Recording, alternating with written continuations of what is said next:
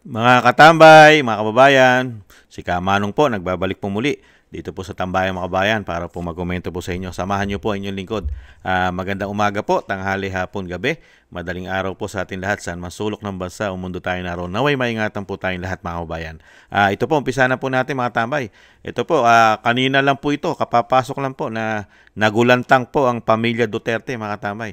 Dahil po sa lumabas po na information na nakarating po sa kanila, informasyon na papasukin daw po, ire-raid ang bahay daw po muli ni dating Pangulong Duterte. Kaya po naalarma po ang mga kapitbahay po doon po sa residente o residential po ng dating Pangulong Duterte. Buti na lang po, aware po ang mga kababayan natin sa Davao City, ang mga kapitbahay po at ang nagmamahal po sa dating Pangulong Duterte.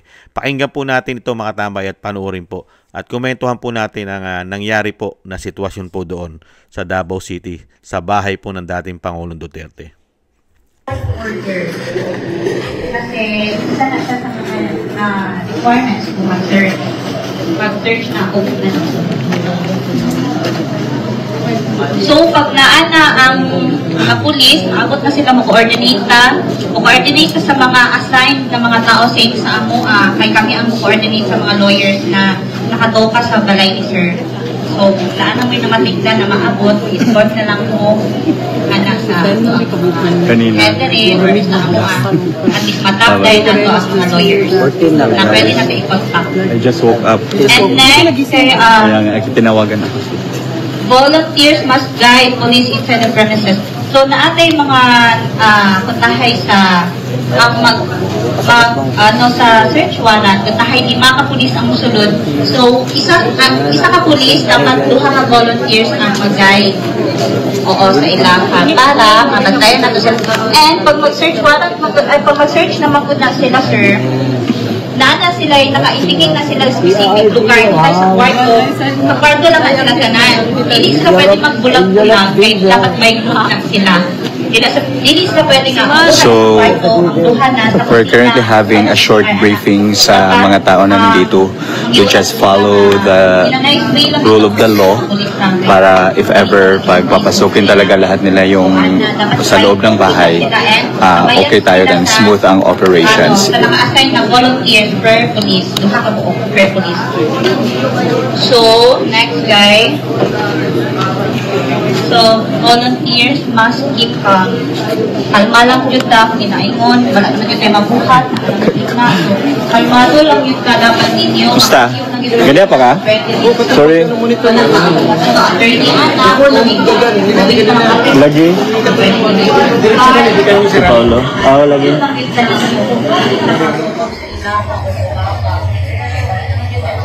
Yan po mga tambay, ang kaganapan po doon po sa bahay po ni dating Pangulong Duterte mga tambay. Kanina po ito, talaga pong ibang klase po ngayon sa ating bansa mga tambay. Talagang grabe na po yata ang ginagawa nilang panggigipit at pagpapabagsak po talaga sa pamilya Duterte mga tambay.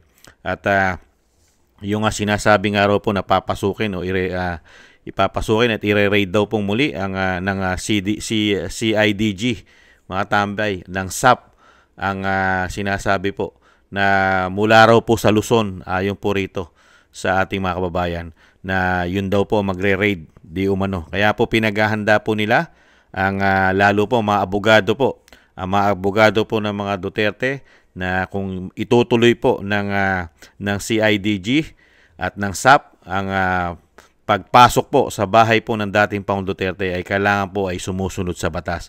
At syempre po, may search warrant po silang dala, mga kababayan.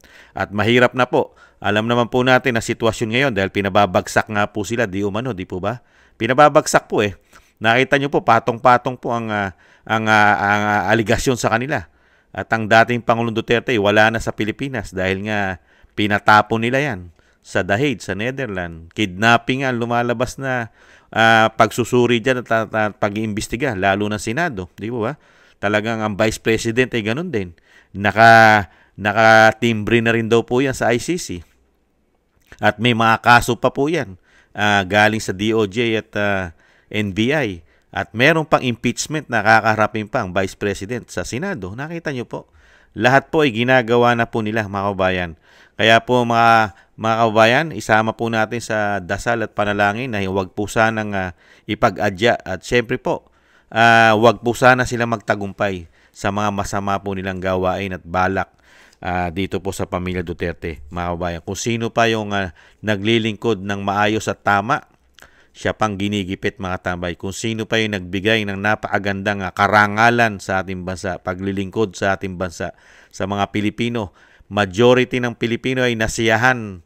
Kaya nga po napakataas ng approval at trust rating ng dating Pangulong Duterte na 6 na taon dahil nga po ang majority ng Pilipino ay nagustuhan ng kanyang pagpapatakbo, pagpapalakad sa ating bansa, ang kanyang mga polisiya, di ba? Lalo-lalo sa pagsugpo ng mga addictus, mga drug lord, mga makakaliwang grupo, mga terorista, di ba? At siyempre po ang mga oligarko na ganits sa pera ng bayan na hindi nagbabayad ng buwis ng tama. Di po ba mga tama? Hinabol niya po lahat yan. At ang mga korap na mga politiko, mga narco politics, nilabanan niya po lahat yan. Pero sa kabila niyan, nagkaroon po tayo ng bagong gobyerno sa binagoong Pilipinas, mga kabayan, ay nakikita po ng mga Pilipino at nakikita po natin mukhang ang ating gobyerno po ngayon ay nasa kabilang panig na po yata. Wala na po sa kapayapaan at sa katinuan ng ating bansa. Nakakalungkot, mga kabayan. Grabe.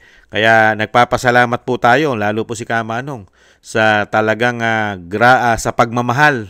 Grabing pagmamahal po. Grabing suporta at pagmamahal ang ibinibigay po sa pamilya Duterte, sa dating Pangulong Duterte. Talagang sinisecured nila, bantay sarado nila ang tahanan ng dating Pangulong Duterte, ang kanyang ancestral house.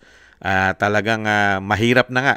Alam naman po natin ang kalaban ni dating Pangulong Duterte at pamilya Duterte ay mahirap na pong mapangalawahan na naman o mapangatluhan na naman. Dahil na alam naman po natin na pwedeng mangyari. May posibilidad, malaki ang posibilidad na mangyari na malagyan yan ng mga planted evidence, mga gawa-gawang ebidensya na ikasisira, ikababagsak na naman ng mga Duterte. Pwede pong tamnan yan Lalong-lalo na po, nilalagyan po ng issue yan. Ano po, katulad po ni Antonio Trillanes, ano sinasabi? Yan daw po, ang dating Pangulong Duterte daw ay isang drug lord daw po yan. At napakarami daw pong armas na tinatago rin yan. Gano'n na lang pong tamnan ng bahay niya ng napakaraming pulburon. Isang damukal na pulburon at isang damukal na baril. Sige nga, kaya po nilang gawin yan, di umano. Dahil sila po ay nasa kapangyarihan. Nakita naman natin kung paano sila gumamit ng batas natin. Nakita niyo po kung paano nila gamitin ang ating saligang batas, mga kabayan. Mismo ang mga retired justices na nagsasabi, napakarami nilang paglabag, lalo sa ginawa nila sa dating Pangulong Duterte sa pag-aresto, na hindi man lang nabigyan ng tamang proseso, due process, ang dating Pangulo ng bansa. Na wala man lang kaso sa Pilipinas, mga kabayan. Grabe. At walang jurisdiction sa atin ang ICC. Ganyan po kasi katindi magtanaw ng utang na loob ang nakaupo pong Pangulo sa ating bansa. Ganyan po sila tumanaw ng utang na loob, mga kabayan. Pagka sila po ay nabigyan pala ng kapangyarihan, ibang klase po pala. Pag nakabalik sila sa kapangyarihan, talagang hindi na nilang nanaising mawala pala sa kanila. Kahit ano pala gagawin pala nila di umano. Kahit po talaga pagpapabagsak na iyong angkan, lahat ng ahad lang po pala di umano sa kanila. Lahat ng sagabal na magiging tinik sa lalamunan nila na sila ay mabawian o mawala sa kanilang muli ang kapangyarihan, ay hindi pala sila papayag. Gagawa pala sila ng paraan di umano na hindi na sila mapalitan sa kanilang posisyon. Di kaya, at nakakatakot po yan, mga tambay. Ano po ang nakakatakot? Pagka sila po'y nagtagumpay, kawawa po ang ating bansa. Talagang papunta na po sa basurahan yan at sa kumunoy. Kasi po, maghahari po sila. Sila po maghahari. Yung ganitong klaseng panunungkulan na binibigay sa atin, yan ba ang gusto ng Pilipino na ganyang paglilingkod? Puro panggigipit ng 3 taon. Issue ng isang damukal na korupsyon. At tinutukan ng 3 taon ay ang isang pamilya Duterte lamang at ang mga sumusuporta at kaalyado nito. Sige nga. Ngayon, pati ang tahanan.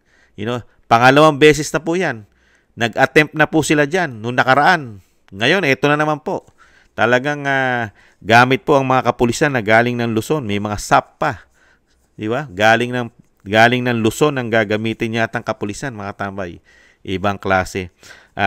Sana po talagang yung mga kababayan natin sa Davao at talagang maging vigilante po kayo. Magpaka-vigilante po kayo ngayon, lalong-lalo po mga kapulisan. Talagang bantayan nyo po.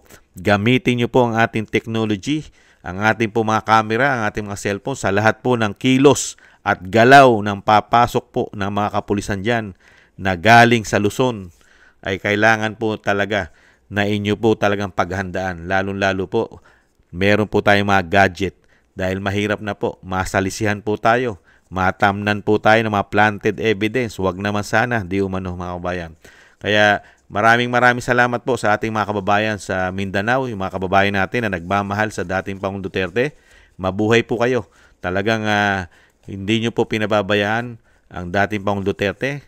Ang dating Pangulong Duterte, hindi nyo pinababayaan. Talagang yung pagmamahal nyo po sa isang Pangulo na naglingkod sa ating bansa at napakagaling. Isa sa kasaysayan o mas matindi pa, mga tambay, sa lahat ng naging presidente ng ating bansa ay talagang maituturing mo na isang kasaysayan na at isang history ng ating bansa ang isang dating Pangulong Duterte. Katulad po ang tiwala at pagmamahal na ibinigay po niya at ganun din po ang binigay po ng taong bayan sa kanya ng 6 na taon tiwala ay napakalaki po. Yung kanyang approval at trust rating po ay napakataas ng 6 na taon. Yan po isang legacy at history niya. At sa dami rin po ng ginawa niya sa ating bansa, build. Isang damukal.